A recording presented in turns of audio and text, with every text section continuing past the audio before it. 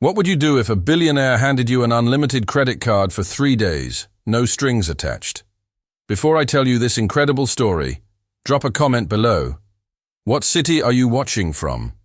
And make sure to stick around to the end because what the janitor bought will absolutely blow your mind. Let's dive in. Marcus Hamilton slammed his crystal whiskey glass down on his penthouse bar, the amber liquid sloshing dangerously close to the rim. "I can't do this anymore, Thomas," he said to his longtime assistant, his voice raw with frustration. "She actually asked me if my private jet had Wi-Fi for her Instagram livestream during dinner. Then she rated the restaurant's ambiance on her phone while I was trying to have a conversation." Marcus ran his hand through his disheveled hair. "Am I just a walking ATM to these people?"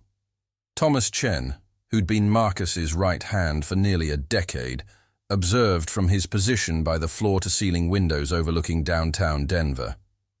"Sir, perhaps you need a break from the dating scene." "No," Marcus said suddenly, his eyes lighting up with that dangerous spark Thomas knew all too well. "I need clarity. I need to know who's real and who's fake. Sir, that tone usually precedes something inadvisable."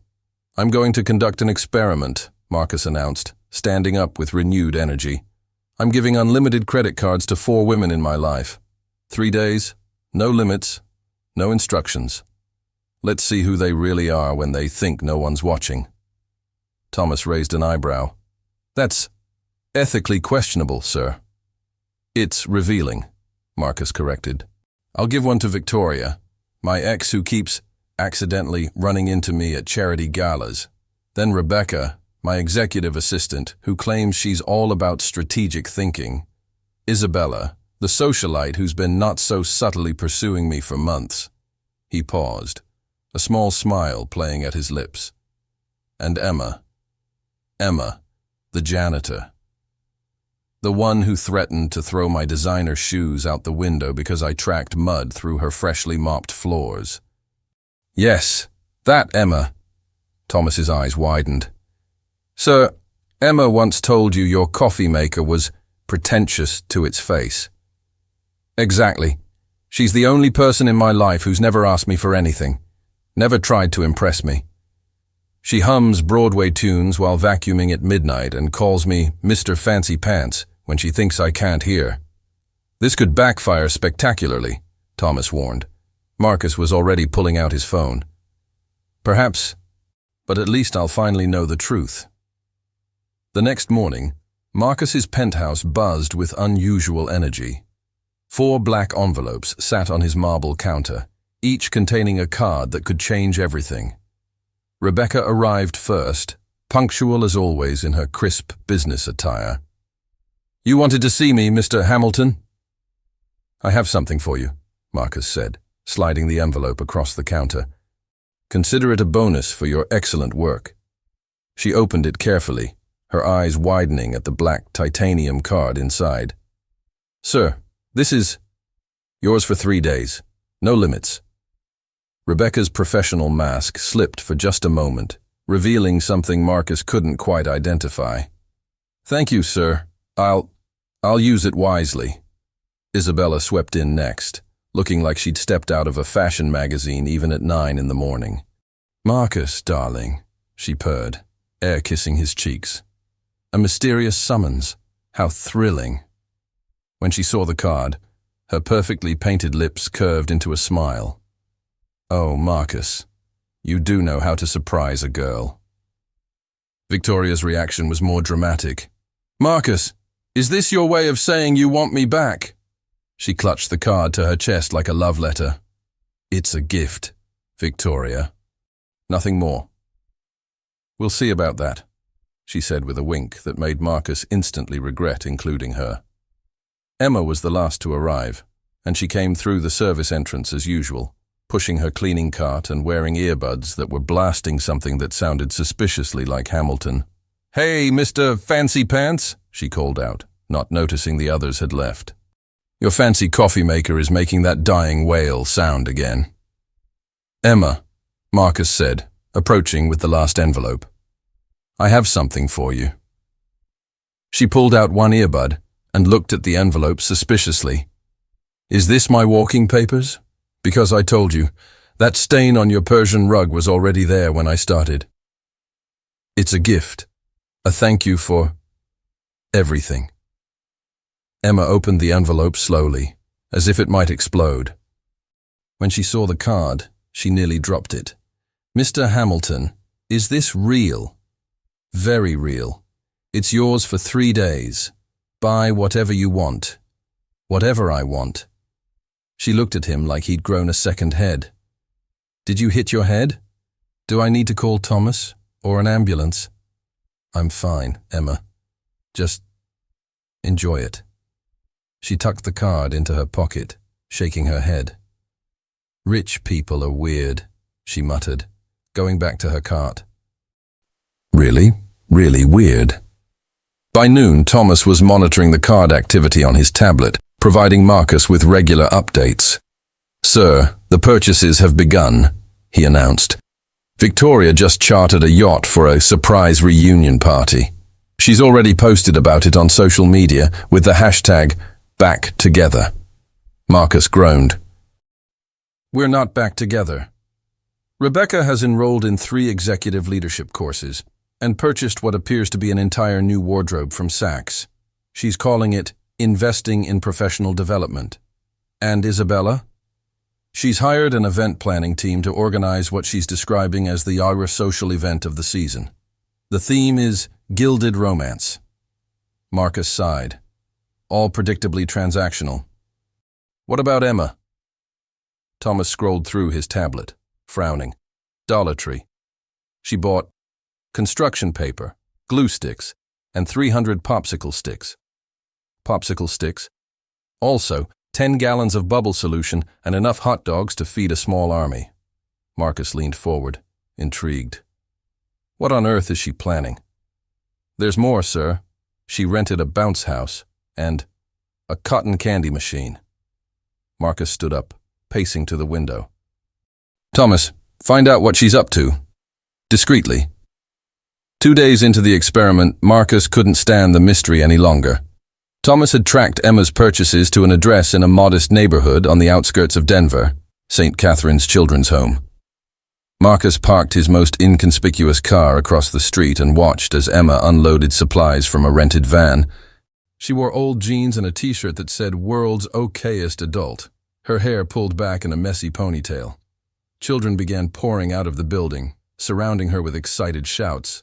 Emma laughed, ruffling hair and giving high fives as she directed volunteers to set up the bounce house. Unable to resist, Marcus crossed the street and approached the entrance, where an elderly woman sat at a reception desk. I'm Marcus Hamilton, he said. I heard about your event and wanted to contribute. The woman's face lit up. How wonderful. I'm Dorothy, the director. We're having our monthly party for the children, though this month is extra special thanks to our Emma. Your Emma? Dorothy smiled warmly. She grew up here, you know. Came to us as a baby, stayed until she aged out at 18. But she never really left. Comes back every week to help. This month she said she had a windfall and wanted to make it magical for the kids. Marcus felt something shift in his chest. She grew up here? 23 years ago, her teenage mother left her on our doorstep with just a note saying she wanted her baby to have a better chance. Emma's been making her own chances ever since. Marcus found himself being led to the backyard, where chaos had erupted in the best possible way. Emma stood in the middle of it all, wearing a ridiculous rainbow wig and helping children make bubble wands from the popsicle sticks and construction paper. Miss Emma, watch this! A little boy created a giant bubble that engulfed his friend. That's amazing, Jaden, Emma cheered. You're a bubble wizard. A teenage girl approached Emma with a younger child who was crying. Emma, Lucy scraped her knee. Emma immediately knelt down, examining the small cut with gentle hands. Oh no, we need superhero intervention. She pulled a sparkly bandage from her pocket. This is a special healing bandage, but it only works if you're brave enough to do the magic dance. The little girl sniffled. What magic dance? 3 hops on your good leg while saying bubble power, The child did as instructed, giggling through her tears. Emma caught her in a hug. "See? All better? You're officially the bravest kid here." Marcus watched, transfixed. This was a side of Emma he'd never seen, or rather, had never bothered to look for. "Mr. Hamilton!" Emma's voice cut through his thoughts. She'd spotted him and was walking over, her rainbow wig slightly askew. "What are you doing here?" I wanted to help," he said, the lie feeling inadequate. Emma studied him suspiciously. "How did you even know about this?" "I have contacts in the non-profit sector," he said weakly. "Uh-huh." She crossed her arms. "Well, since you're here, you can help serve hot dogs. But, fair warning, I burn things professionally, so you're on grill duty." For the next 2 hours, Marcus found himself immersed in a world he'd never experienced. He burned approximately half the hot dogs, got covered in cotton candy, and had his expensive shirt decorated with finger paint by an enthusiastic 5-year-old named Malik. "You're not very good at this," Malik informed him solemnly. "No," Marcus agreed, laughing. "I'm really not."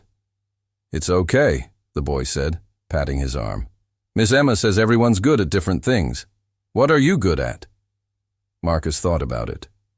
"I'm making money, I suppose." Malik wrinkled his nose. "That sounds boring. Can you make balloon animals?" "No." "Can you juggle?" "No." "Can you do a cartwheel?" "Definitely not." Malik looked at him with pity.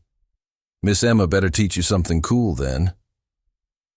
As the sun began to set and parents arrived to pick up children, Marcus helped Emma clean up.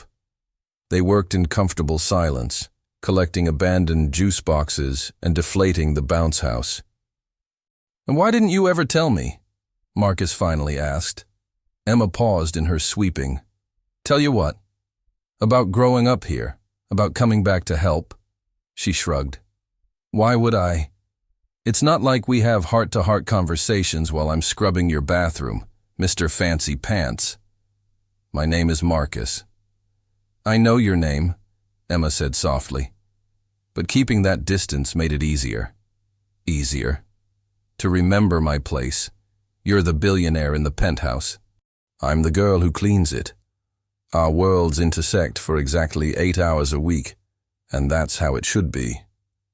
Marcus felt frustrated. "Why does it have to be that way?" Emma laughed, but there was no humor in it. "Because that's how the world works, Marcus. You tested us with those cards, didn't you? It wasn't really a gift. You wanted to see what we'd do." Marcus's silence was answer enough. "I get it," Emma continued. "When you have that much money, you probably never know who's real. But you know what? When you have no money, you know exactly who's real. The people who show up anyway." She gestured to the now empty yard. "These kids don't care that I can't buy them expensive things most of the time. They just care that I show up, that I remember their names, their birthdays, their fears. That's what matters." The next day, Marcus called all 4 women to his penthouse. The tension in the room was palpable, as Victoria, Rebecca, and Isabella sat elegantly on his leather sofa, while Emma stood by the kitchen counter, still in her work uniform. "Ladies," Marcus began, "I owe you all an explanation. The cards weren't just gifts. They were a test." Victoria gasped dramatically. "Marcus, how could you?" Isabella's eyes narrowed. So this was all a game. Rebecca remained silent, but her jaw tightened. Emma just shook her head. "Called it." "I wanted to understand the people in my life better," Marcus continued, "and I learned a lot." "This is manipulative," Rebecca said coldly. "You played with us like lab rats." "You gave us free money," Isabella countered. "Where's the harm?" "The harm," Emma said quietly, "is in the deception. Though honestly, if someone hands you unlimited money with no explanation, you should probably question it." Victoria stood up, her voice shrill. "I used that money to plan our future together." "We don't have a future together, Victoria. We never did." but the yacht party was for your Instagram followers, not for us. Rebecca gathered her things. Mr. Hamilton, I'll be filing a formal complaint with HR. For giving you free money? Isabella scoffed. For emotional manipulation disguised as generosity, Rebecca replied icily. As the three women argued, Emma quietly headed for the door. Emma, wait, Marcus called out. She turned, and he saw exhaustion in her eyes. What, Marcus?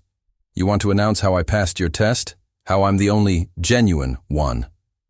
The other women fell silent, watching. The thing is, Emma continued, I didn't use that card thinking about you at all.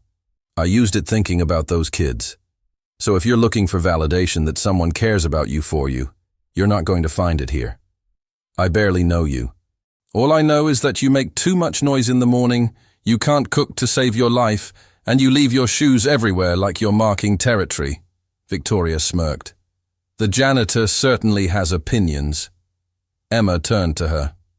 Yeah, I do. You want to know my opinion of you? You spent thousands on a party to impress a man who already told you he's not interested.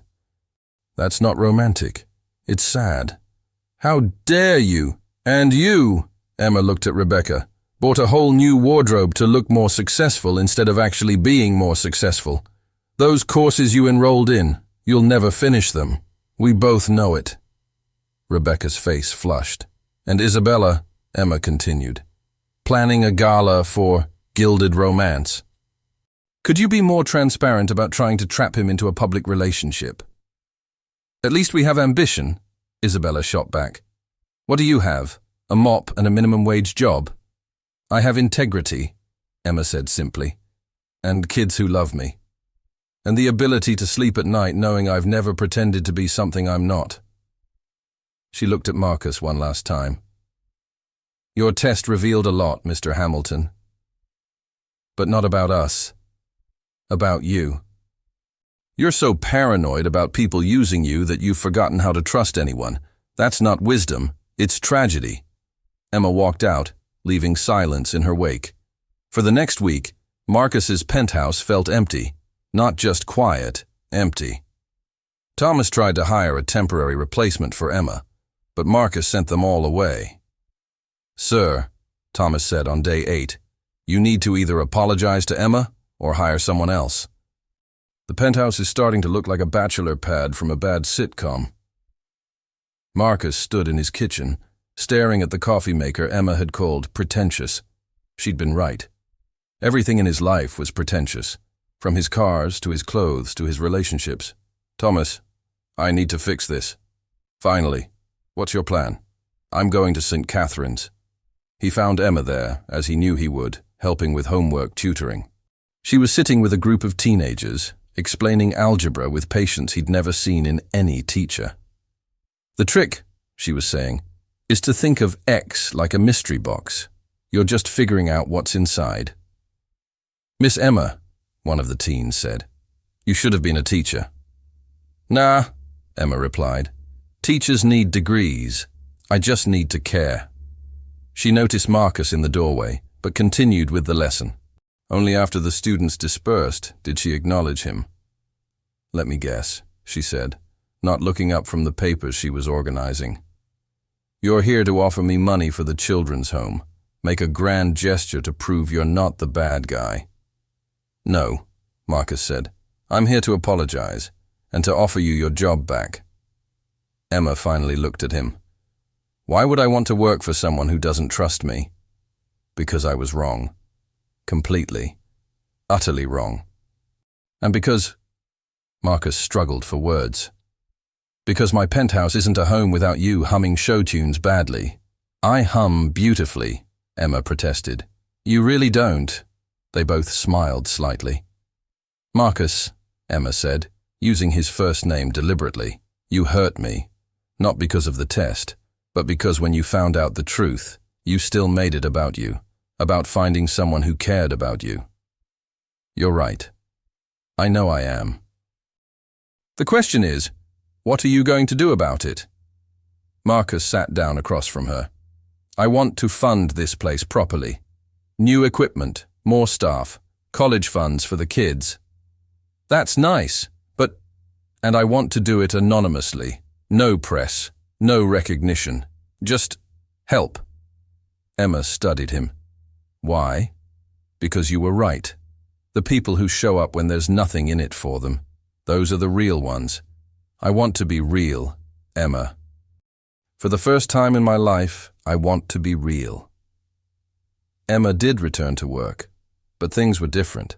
Marcus found himself actually talking to her, not just exchanging pleasantries, but having real conversations. Why Broadway musicals? He asked one evening, as she cleaned his office. They're hopeful, she replied, dusting his bookshelf. Even the sad ones end with some kind of meaning. Life should have a soundtrack, you know. What's your favorite? Les Mis, she answered immediately. It's about people society throws away finding redemption, hits close to home. Marcus found himself working from home more often, timing it to overlap with Emma's shifts. He learned she was taking online college courses, studying between cleaning jobs. He discovered she spoke 3 languages because the children's home had kids from various backgrounds. He found out she could fix almost anything because she'd grown up in a place where hiring repair people wasn't an option. You're nothing like I expected, he admitted one day. What did you expect? I don't know. Someone simpler. Emma laughed. Poverty doesn't make people simple, Marcus. If anything, it makes us complicated. We have to be everything all at once. Parent, teacher, counselor, repair person, advocate. You get to hire people for all that. We become it.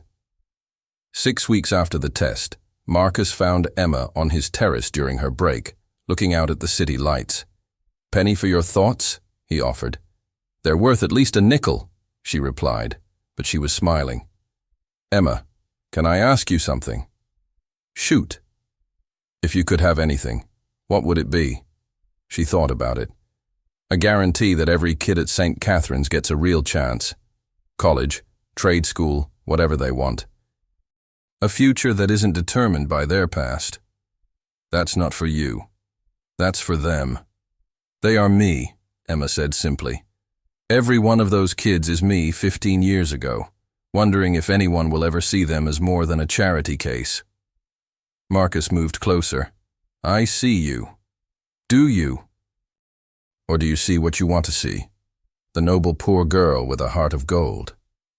I see someone who threatened to weaponize my Italian leather shoes because I tracked mud through her clean floors. Emma laughed. That was a good day. I see someone who isn't afraid of me. Why would I be afraid of you? You can't even work your own washing machine. That's a complicated machine. It has 3 buttons, Marcus. They stood together in comfortable silence, the city humming below them. Emma, Marcus said quietly, I need to tell you something. If this is about the coffee maker, I maintain it's pretentious. No, it's... He turned to face her. I'm falling for you. Emma's smile faded. Marcus, don't. Why not? Because I'm your janitor. Because you're lonely and I'm convenient. Because in 6 months, you'll realize I don't fit in your world and... Marcus kissed her. It was impulsive and probably inappropriate. But Emma kissed him back. And for a moment, the world consisted of just the 2 of them on that terrace. When they pulled apart, Emma's eyes were wide. That was unexpected. I was going to say a terrible idea, but unexpected works too. News of Marcus and Emma's relationship spread quickly through his social circle, and the backlash was immediate. Victoria showed up at the penthouse uninvited, catching Emma alone during a shift. So, Victoria said, examining her manicured nails, you got what you wanted. Emma continued mopping. I wanted to finish this floor in peace, so no, I didn't. Don't play dumb. You orchestrated this whole thing brilliantly. The Poor Orphan Act, the noble charity work. Marcus always had a weakness for sob stories. Emma stopped mopping. You think I scrubbed toilets for 2 years as part of some elaborate scheme to seduce your ex? Stranger things have happened. Victoria, With all due respect, which is none, you need therapy. Not everyone thinks in manipulative chess moves. Some of us just live our lives. And some of us, Victoria stepped closer, know our place. Emma laughed. My place? Let me tell you about my place. My place is wherever I earn the right to be through hard work and integrity. Your place is wherever Daddy's money can buy you access. Between the two of us, who really doesn't belong? Victoria's face flushed with anger. You have no idea who you're dealing with. I can destroy you with one phone call. To who? The tabloids, social media. Emma resumed mopping. Go ahead. Tell them the janitor is dating the billionaire. Tell them I grew up in foster care. Tell them whatever you want. I've survived worse than mean girls with trust funds. Rebecca was more subtle in her approach, cornering Marcus at the office. Sir, I'm concerned about the optics, she said professionally. The board might question your judgment if they discover you're romantically involved with domestic staff. Then they can question it, Marcus replied without looking up from his computer. It could affect the company's image. Rebecca, the company's image is my concern, not yours. I'm trying to protect you. Marcus finally looked at her. From what? From the first genuine relationship I've had in years. From embarrassment. She doesn't understand our world, Marcus. She'll make mistakes, say the wrong things. You'll end up resenting her. The only resentment I feel is toward people who think someone's worth is determined by their bank account or pedigree. Isabella took a different approach, spreading rumors at every social event she attended. It's sweet, really, she would say with a poisonous smile. Marcus playing pretty woman. Though we all know how those stories really end, with the girl taking half his fortune. The whispers followed Marcus and Emma everywhere. When he brought her to a charity gala, people stared. When she spoke, they dissected her grammar, her accent, her clothes, everything. I can't do this, Emma said after a particularly brutal evening where someone had accidentally spilled wine on her dress. They hate me. They don't know you. They don't want to know me. To them, I'm just the gold digger who somehow tricked you into caring. Marcus held her close. Let them think what they want. I know the truth. The truth is that we're from different worlds, Marcus, and pretending otherwise is just exhausting. 3 months into their relationship, disaster struck. A gossip blog published a story claiming Emma had been stealing from Marcus, selling information about his personal life to tabloids. The evidence was circumstantial but damning. Photos of Emma with someone who looked like a reporter, bank deposits that seemed suspicious. Marcus confronted Emma in his office, the blog post open on his computer. Tell me this isn't true, he said, his voice strained. Emma read the article, her face paling. Marcus, you know this is fabricated. Do I? These photos? That's my cousin. He's a freelance writer. Yes, but he writes about technology, not gossip. And these deposits. My second job. I clean offices at night. I never told you because I didn't want you to think I was asking for a raise. Marcus was silent, and in that silence, Emma saw something that broke her heart. Doubt. You believe it, she whispered. Even for a second, you believe I could do this. Emma, no. She stood up, backing away from him. I've been here before. I know this dance. Someone says I'm trash, and suddenly everyone's examining whether I belong in the dumpster. That's not what this is, isn't it? You didn't even ask me for an explanation. You demanded I prove my innocence. That's not trust, Marcus. That's prosecution. Emma pulled off the bracelet he'd given her for her birthday, setting it on his desk with a soft click. Emma, please. Let's talk about this. There's nothing to talk about. You showed me who you are, someone who will always have one foot out the door, waiting for me to prove I'm exactly what everyone says I am. She walked to the door, pausing with her hand on the handle. You know what the saddest part is? I knew this would happen. I knew you'd eventually look at me the way everyone in your world does. I just hoped. I hoped I was wrong. You are wrong. Emma, I love you. She turned, tears streaming down her face. No, Marcus, you love the idea of me. The noble poor girl who makes you feel like a better person. But when push comes to shove, when your world tells you I'm not worthy, you believe them. That's not love. That's a project. Emma left, and Marcus stood in his office, surrounded by all his success, feeling like the poorest man in the world. Marcus didn't sleep for 3 days. Instead, he did what he did best. He worked. But this time, he wasn't building a business. He was building a case. Thomas found him at 3 a.m., surrounded by papers, laptop screens, and empty coffee cups. Sir, you look terrible. I need to find out who did this to her. To Emma. Someone planted this story. Someone fabricated evidence. This has Victoria or Isabella written all over it. Thomas sat down, concerned. Sir, have you considered that maybe Emma's telling the truth? Yes, Thomas, I know she is. I knew it the moment she looked at me with those broken eyes. I'm an idiot. Yes, sir. You are. Marcus looked up, surprised. Emma is the best thing that ever happened to you. Thomas continued. She made you human, and you threw it away because some gossip blog told you to. Help me fix this. Together, they traced the source of the blog post. It led to a PR firm that had connections to both Victoria and Isabella. Security footage from the coffee shop where Emma met her cousin clearly showed they were looking at his laptop screen displaying code, Chaku, not gossip. The bank deposits matched exactly with the invoices from the cleaning company she worked for. But the real breakthrough came when Marcus found Rebecca's resignation letter on his desk, along with a full confession. I helped them, she had written.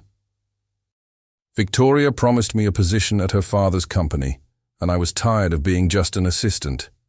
I provided them with Emma's schedule, helped them stage the photos. I'm not proud of what I did, but I won't let Emma take the fall for our jealousy. Marcus sat at his desk, holding the letter, feeling the full weight of his failure. He doubted the one person who'd never given him a reason to, while trusting people who'd shown him exactly who they were. Marcus knew a simple apology wouldn't be enough. Emma deserved more than words. She deserved action. He arranged a press conference at St. Catherine's Children's Home.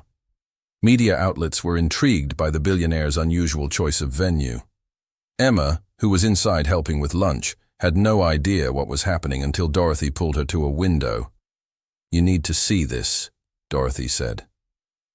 Outside, Marcus stood at a makeshift podium, facing dozens of reporters and cameras.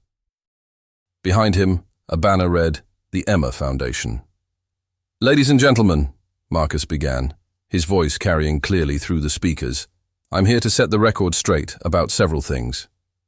First, the recent allegations against Emma Rodriguez are completely false. I have evidence here proving they were fabricated by individuals who have since admitted their deception. He held up a folder of documents. Second, I want to publicly apologize to Ms. Rodriguez for failing to trust her when she needed me most.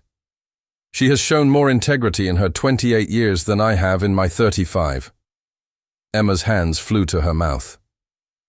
Third, Marcus continued, I'm announcing the creation of the Emma Foundation, a $50 million initiative to provide education, housing, and support for foster children aging out of the system. This foundation will be run entirely by Mrs.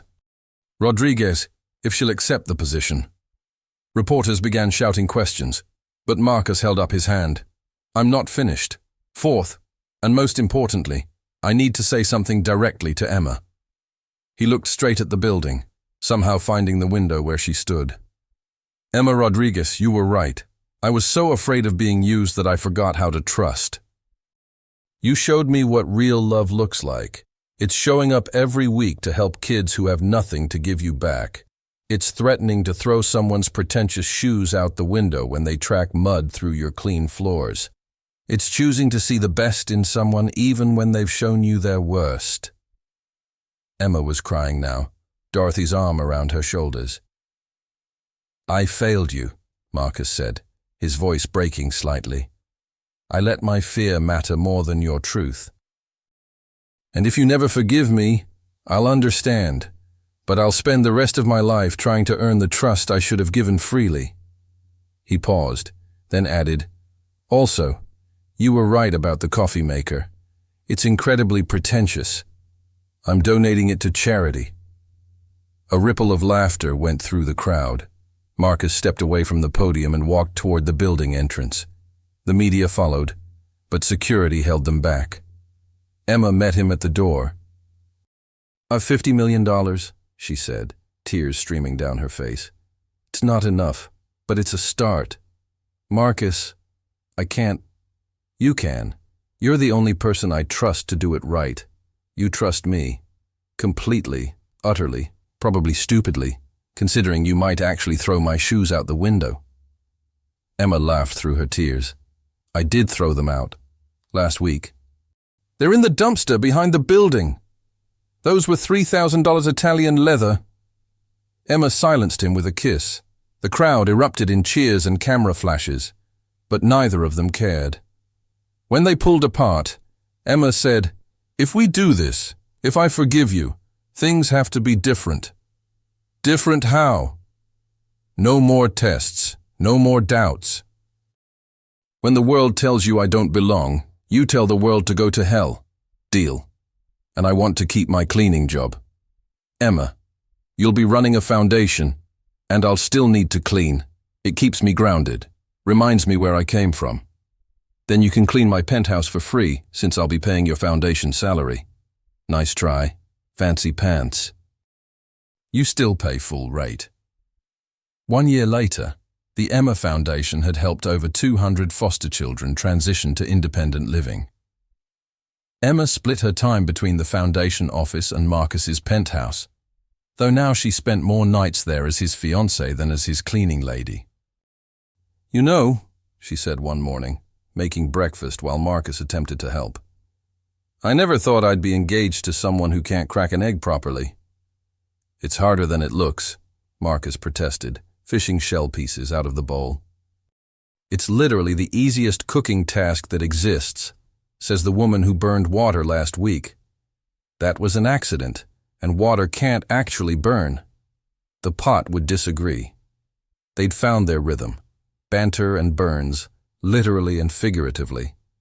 The penthouse was no longer a sterile showpiece but a home, with photos from the children's home on the walls and Emma's clearance rack finds mixed with Marcus's designer furniture. We have the Morrison fundraiser tonight, Marcus reminded her. The one where your ex-girlfriends will all mysteriously appear. Probably. Should I wear the dress that says, I belong here, or the one that says, I know you hate me and I don't care? Definitely the second one. Emma turned to face him. You know they'll never accept me. I know, and I don't care. You might care eventually. Marcus pulled her close. Emma, I spent 35 years surrounded by people who belonged. They were all perfectly acceptable, perfectly appropriate, and perfectly fake. You're real, you're difficult and stubborn, and you sing off-key. I do not. You really do. But you're also kind and genuine and brave. You make me want to be better. That's worth more than all the acceptance in the world. You're getting sappy in your old age. 36 is not old. It is when you can't crack an egg. That evening at the fundraiser, Emma walked in wearing a simple black dress she'd found on sale, her head held high. Victoria, Isabella, and their circle whispered and stared, but Emma didn't flinch. Emma. Victoria approached with a fake smile. How lovely to see you. Victoria, how's the yacht? Still trying to sail back into Marcus's life. Isabella choked on her champagne. I see you haven't learned any manners, Victoria said coldly. I see you haven't learned when to give up. Emma replied sweetly. Now, if you'll excuse me, I need to talk to the mayor about funding for foster children. You know, things that actually matter. As Emma walked away, Marcus caught her hand. That was rude, inappropriate, perfect. Absolutely perfect. 6 months later, on a crisp autumn day, Emma and Marcus got married at St. Catherine's Children's Home. It wasn't the society wedding everyone expected from a billionaire. It was better. Children lined the aisle, throwing flower petals with enthusiasm that bordered on aggressive. Dorothy officiated, having gotten ordained online specifically for this occasion. Thomas was Marcus's best man, while Emma's maid of honor was Jaden, the bubble wizard, who took his job very seriously despite being only 7. Do you, Marcus Hamilton, take this woman who threatens your footwear and burns your food? I do, Marcus said, laughing. And do you, Emma Rodriguez, take this man who can't operate basic appliances and thinks cereal is a food group? Unfortunately, yes, Emma replied, grinning. Then by the power vested in me by the internet and the state of Colorado, I pronounce you married. You may kiss. They're already kissing, Jaden shouted, causing everyone to laugh. The reception was held in the backyard, with hot dogs, not burnt, thanks to Thomas's supervision, a cotton candy machine, and a DJ who played everything from Broadway musicals to hip-hop. Marcus's business associates mingled awkwardly with foster children, creating a scene that no society photographer would know how to capture. This is chaos, one board member muttered to his wife. This is perfect, Marcus overheard Emma say to Dorothy. During the father-daughter dance, traditionally reserved for the bride and her father, Emma danced with all the children from the home.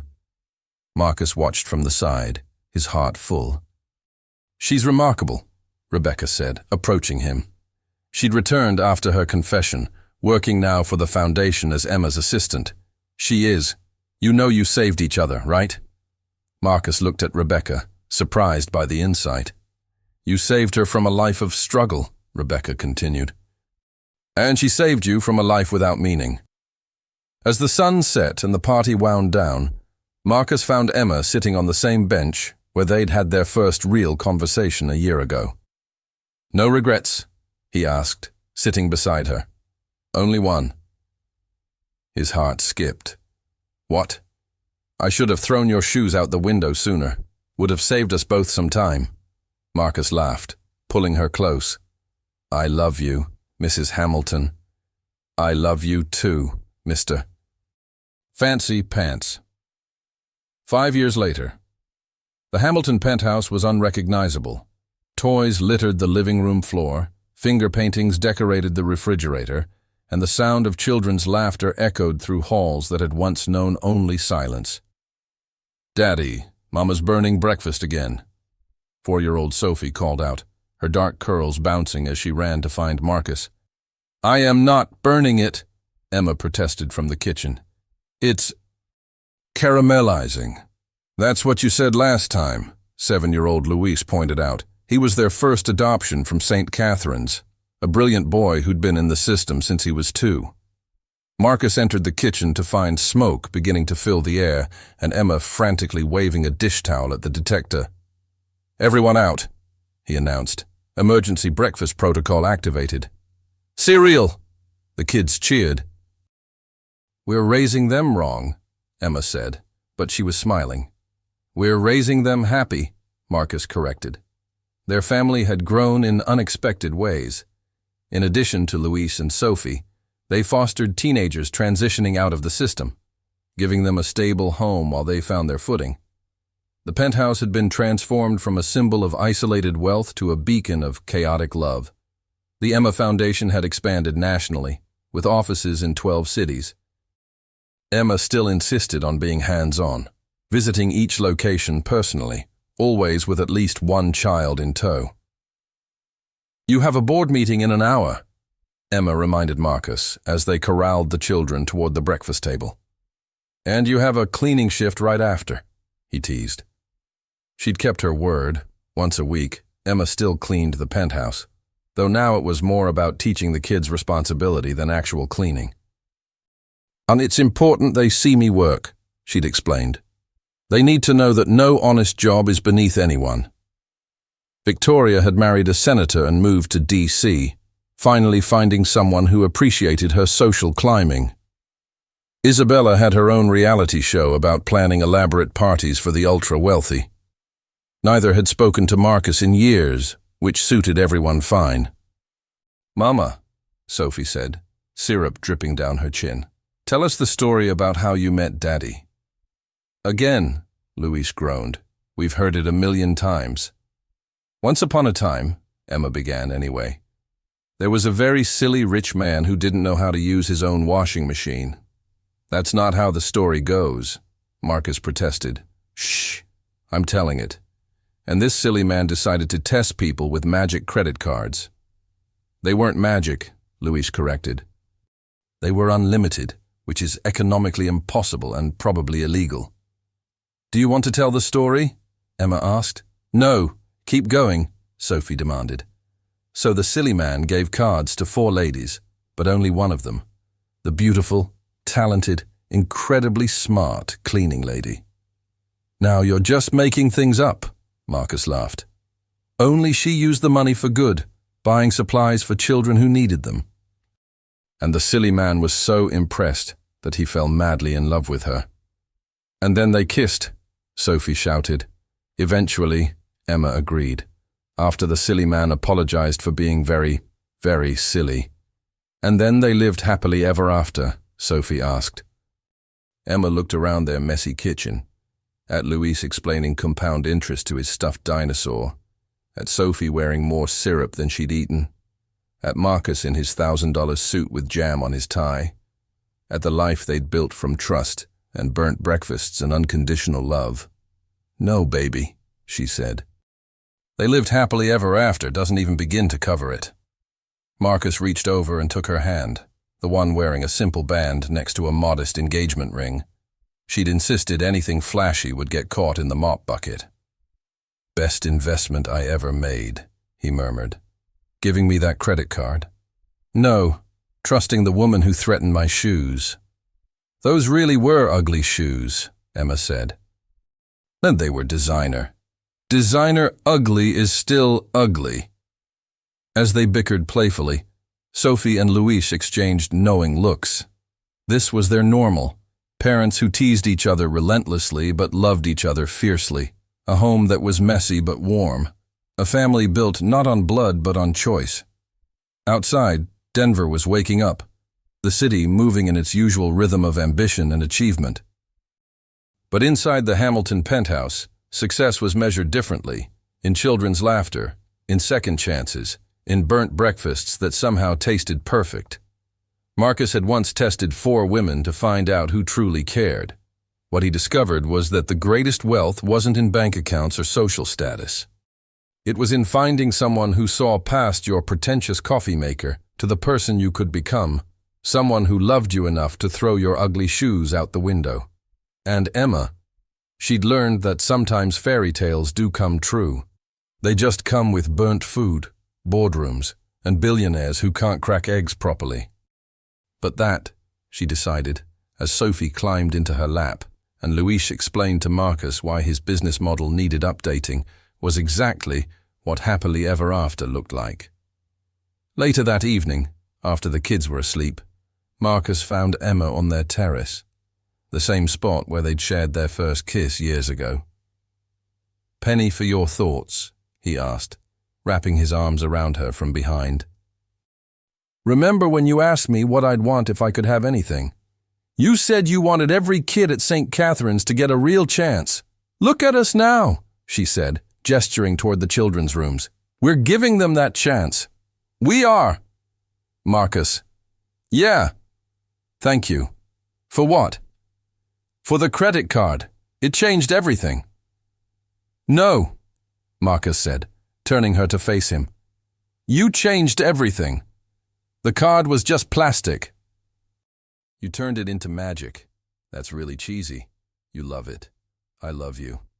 Even though I can't crack eggs, especially because you can't crack eggs, it reminds me that everyone needs help sometimes, even billionaires." They stood together, looking out over the city lights. Two people from different worlds who'd found their home in each other. "Hey, Marcus. Yeah? Your coffee maker is still pretentious. It costs 10,000. That makes it worse, not better." And there, with their playful argument drifting into the Denver night, their story continued. Not a fairy tale, but something better, something real. What an incredible journey of trust, love, and redemption. What did you think of Marcus and Emma's story? Drop your rating from 0 to 10 in the comments below. And if you want more emotional, inspiring stories like this one, make sure to hit that subscribe button and ring the notification bell so you never miss our next upload. Remember, sometimes the greatest wealth isn't what's in your wallet, but what's in your heart. Until next time, keep believing in the power of second chances.